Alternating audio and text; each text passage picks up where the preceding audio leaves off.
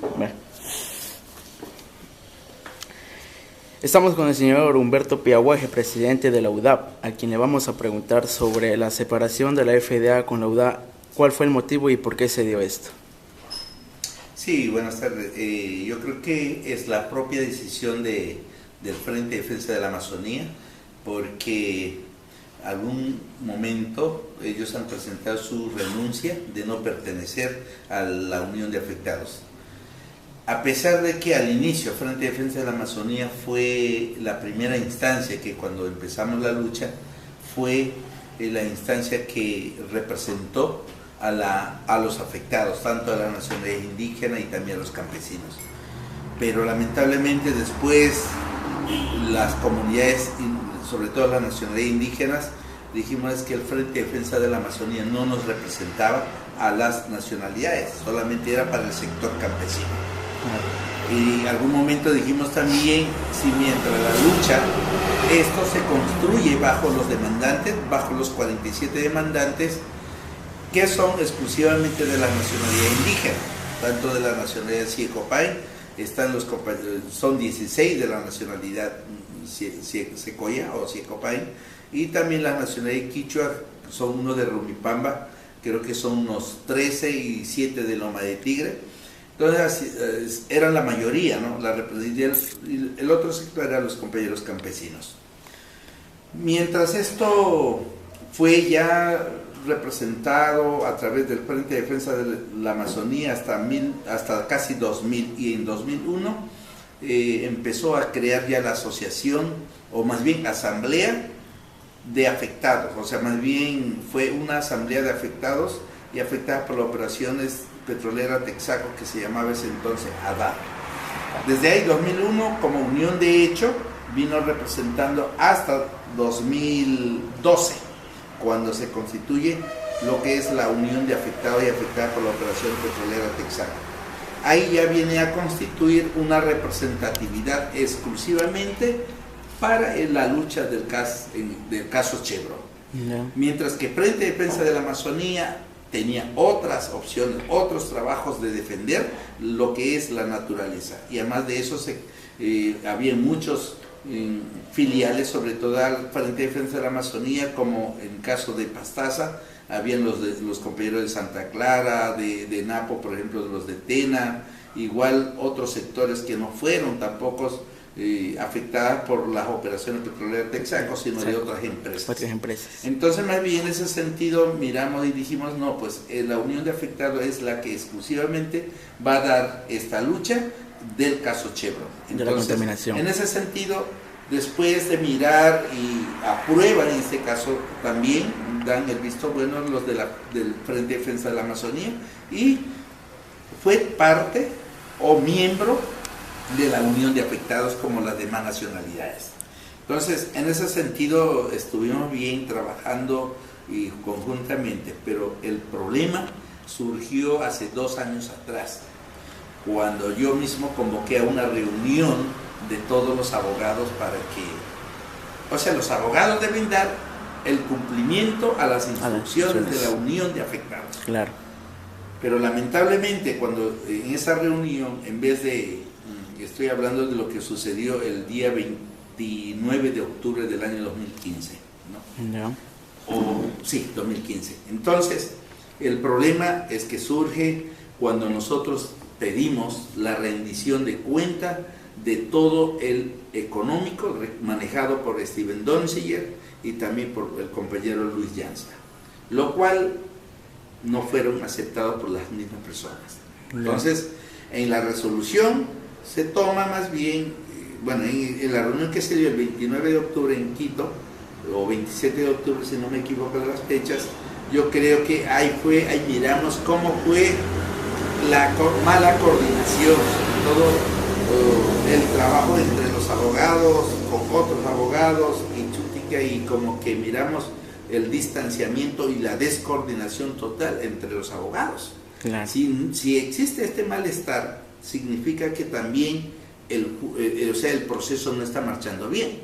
Claro. Fue una tremenda preocupación por parte de los afectados, porque ahí miramos que no fue tal como hemos pensado al inicio que esta lucha es de los campesinos y los indígenas. Más bien estaba volviéndose como un interés particular de protagonismo y de representatividad de aquellos líderes que empezaron, en este caso del compañero Luis Llanza y el abogado Steven Donziger. Steven Donziger, yo sé, desde el inicio estado sobre todo el involucramiento desde el año 1993, y conozco que él solamente fue abogado quien acompañaba al bufete del Cristóbal Bonifaz, y nunca fue abogado quien estaba llevando el proceso de litigio, ni en Estados Unidos, tampoco acá en el Ecuador. El abogado principal, después de que dejó Cristóbal Bonifaz, fue Alberto Ray. Alberto Ray, cuando ya sale de la representatividad, le deja al Pablo Fajardo. Entonces miramos que esta pelea, más bien la descoordinación que existe, fue más del abogado Steven Donziger y más con el Pablo Fajardo. Entonces, mire, lo que ocurre es que después de que ya analizamos esta situación, convocamos a una asamblea y resulta bajo una resolución de aquella asamblea que se dio, no recuerdo la fecha, también en enero, ahí se resolvió que el problema interno, la rendición de cuentas, también se ratifica y se pide que tiene que dar el informe tanto de Steven Donziger, Luis Llanza y Pablo Fajardo. Luego de eso solamente da el informe el abogado Pablo Fajardo, como Frombolier, que manejaba desde el momento cuando ya se dio el paso, en vez de que maneje Selva Viva, que estaba manejando a través de Luis Llanza, y luego coge el Pablo Fajardo como Frombolier. ¿Por qué Frombolier? Porque aún todavía la unión de afectados no estaba legalizado,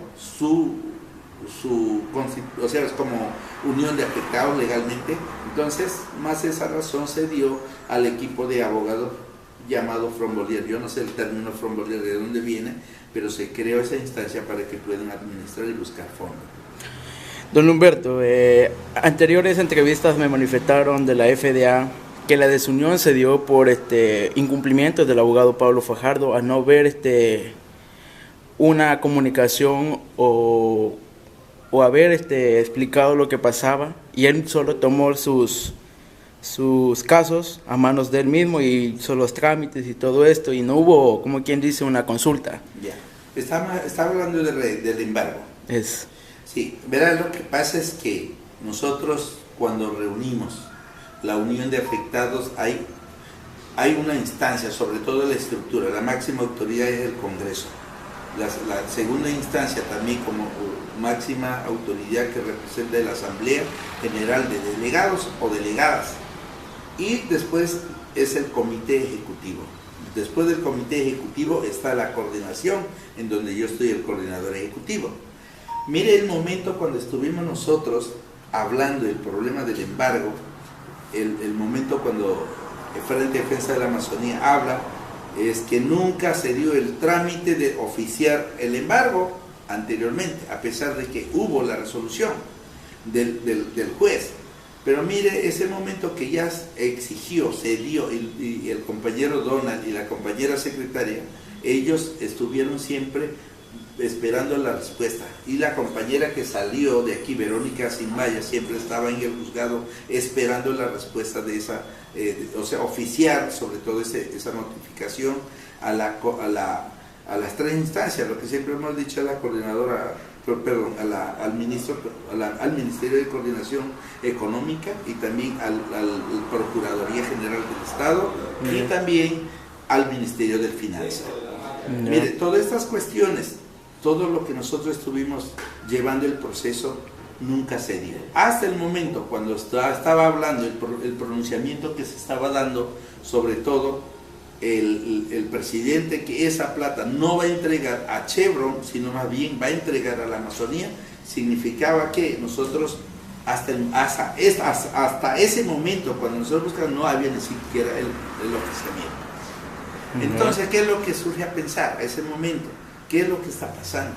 Si mientras el presidente decía esto y la presidenta de la Asamblea, en este caso Gabriela Rivadeneira, decía que en su pronunciamiento decía que esto no vamos a pagar en la Amazonía, más bien va a pagar de acuerdo a la resolución de la Corte Internacional, significando que esa plata iban a pagar al mismo Chevron.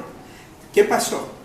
Nosotros, ese momento preocupados, reunimos, hemos invitado a los compañeros de las nacionalidades, Siona, Secoya, Cofán, los compañeros quichua, los compañeros campesinos, y igual al Frente de Defensa de la Amazonía. Y Frente de Defensa de la Amazonía no está tan lejos, está Ixita, la oficina, pero imagínense, los demás lejos vinieron. Justino Piaguaje como presidente, estaba Roberto Aguinda como de la nacionalidad Cofán, estaban los compañeros quichuas de Rumipamba y también compañeros de Loma de Tigre, y compañero de la nacionalidad Siona, Juan Yokuro, estuvieron aquí.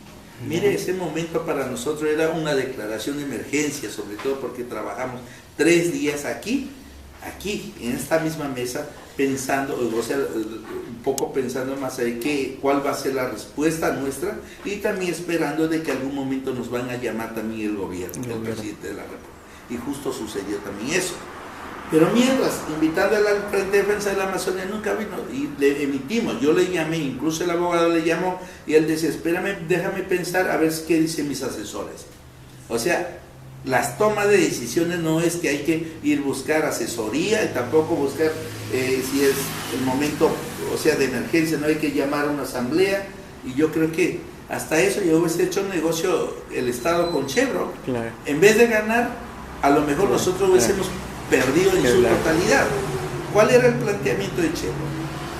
Para llegar al acuerdo, como tenemos en la Corte Constitucional aún todavía abierto, la propuesta de Chevron era de que perdonaría si eso se desestimaba el caso Ecuador, o sea, dejándole libre a Chevron.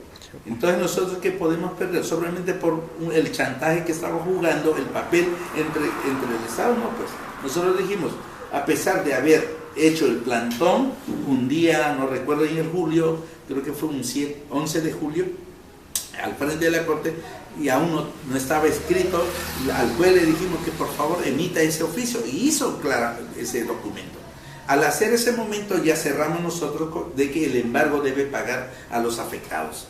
Pero luego de que ya miramos que esto fue un candado para que pudiese pagar el Estado, y más bien estaba resultando un juego o chantaje de Chevron al Estado, dijimos, no, pues también tenemos derecho o facultad de decir que levanten ese embargo que nosotros habíamos hecho, porque jugaba sobre todo los 23 años de lucha de nosotros. O sea, no decirlo, perdimos 112 millones o definitivamente mantenemos los 12 mil millones de dólares para poder esperar en el futuro. Entonces fue esa decisión que con los compañeros, con todos los dirigentes que estuvieron ahí, igual nosotros nos fuimos a conversar a ver si la seriedad del presidente puede estar. Entonces abiertamente el presidente primero solo quiso recibir al abogado Pablo Fajardo, y luego nosotros pedimos que también no sea la única decisión del abogado, porque nosotros somos representantes, nosotros somos dueños de este caso. Por lo tanto, exigimos que el abogado, estando allí, que nos pida también que podamos entrar. Entonces sí dio esa apertura y conversamos con el presidente. Y fue claro la posición nuestra. Nosotros no estamos para juego del Estado con Chevron. En este juicio muy particular, mantenemos nuestra decisión, mantenemos nuestra posición.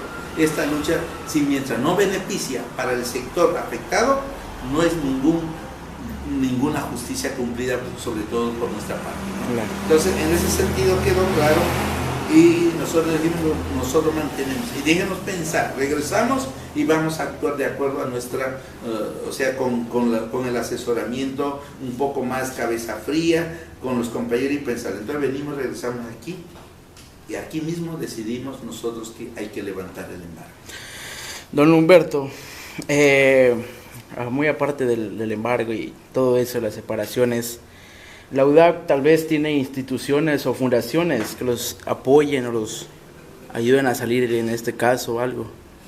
Mire, UDAP está buscando financiamiento, sobre todo primero fortalecimiento como unión de afectados, fortalecimiento organizativo, no al caso, pero también a su vez estamos haciendo a las instancias en Europa, porque en Estados Unidos ha quedado un poco a la marginalidad, sobre todo por el juicio del caso Rico, exclusivamente acusados como apto de un grupo de extorsión, para extorsionar sobre todo a la empresa. Entonces, con esa razón no se puede hacer, porque más allá se está escuchando la corrupción de Steven Donziger, sobre todo lo que él hizo mal del caso y otros compromisos de negocios, el interés de los inversiones, hay muchas cosas, ¿no? Entonces, más bien nosotros estamos buscando a través de otras instancias que los países, los ONGs, si están solidarios a este caso, nos puedan seguir apoyando a la lucha. Pero el caso avanza, es que aún todavía tenemos a las personas que piensan, los inversionistas que nos ayudan, de que el derecho está vulnerado, sobre todo al mirar aquí existe la contaminación. Entonces están claros y están ellos, bueno, cobrarlo, trabajarlo hoy, después los abogados siempre dicen el pro bono, el resultado que sea favorable poder ganar. Si es que el resultado no es favorable a favor